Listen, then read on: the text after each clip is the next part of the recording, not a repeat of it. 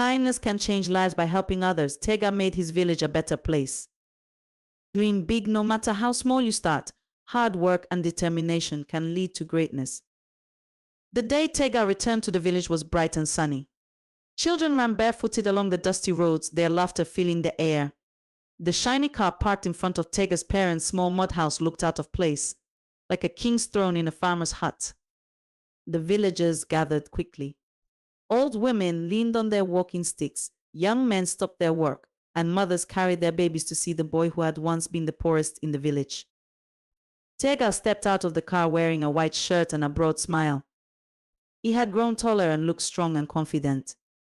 His sisters ran to him and hugged him tightly, their faces wet with tears of joy.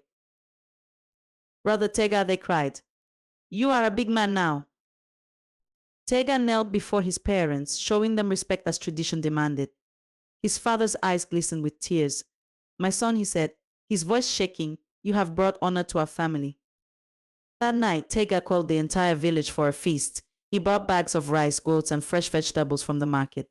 The women cooked and everyone ate and danced under the stars. The next morning, Tega called the village elders together. "I have a dream," he said, "to build a school here in our village. No child should have to suffer like I did to get an education." The elders clapped their hands in agreement. "This will change the future of our children," they said. Tega hired builders from the city and used his savings to start the project. The children in the village were curious and excited. Every day they watched the walls rise higher and higher. Some even helped by carrying small stones or fetching water for the workers. When the school was completed, it was the most beautiful building in the village. It had colorful walls, big windows, and desks for every child. The best part, the school was free for everyone. Uncle Ebuka, who had been watching everything quietly, finally gathered the courage to approach Tega. His face was full of shame. "Tega," he said, bowing his head, "I treated you badly. I see now that I was wrong. My children want to study in your school. Will you accept them?" Tega smiled. "Uncle, I forgave you a long time ago. Your children are welcome in the school. Let us work together to make their future bright." One late afternoon, Tega sat under the shade of the baobab tree, reading letters from the children who attended his school. Suddenly, Uncle Ebuka appeared, his head bowed and his hands trembling. "Tega," he began, his voice low and shaky, "I have wronged you in many ways. I judged you because you were poor. But now I see how wrong I was. Please forgive me." Tega stood up and looked at his uncle. For a moment he said nothing. Then, with a kind smile, he held out his hand. "Uncle, I forgave you a long time ago. We are family and family helps each other. How can I help your children?" Uncle Ebuka's eyes filled with tears. "They want to study. They want to be like you," he said. Tega nodded. "They will attend the school, and I will help them achieve their dreams." From that day, Uncle Ebuka's children became some of the brightest students in the school. Uncle Ebuka, once proud and selfish, became humble and helpful to the villagers. The school became a place of hope and learning. Tega made sure to hire good teachers, and he often visited to inspire the children. He would tell them, "Dream big, work hard, and never give up, just like I did."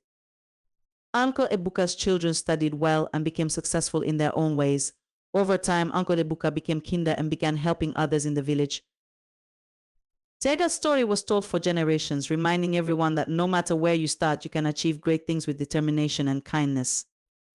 One sunny afternoon, Tega visited the school. The children gathered around him, their eyes wide with admiration. Tega held up a small, worn notebook, the same one his teacher had given him years ago. "This is where my journey began," he told them. "With this notebook and a dream. I didn't have much, but I had hope and hard work. You too can achieve anything if you believe in yourself and never give up." The children cheered, clapping their hands. One little boy raised his hand and asked Tega, "Can we be like you?" Tega knelt down and said, "You can be even greater than me.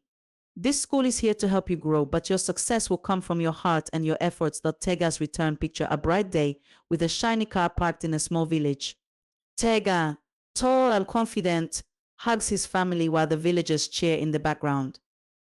The school imagined a colorful building with children running happily around it. Some are sitting inside on clean desks listening to a teacher. The feast under the stars, the villagers dance and eat together, with Tega sitting beside his parents, smiling proudly.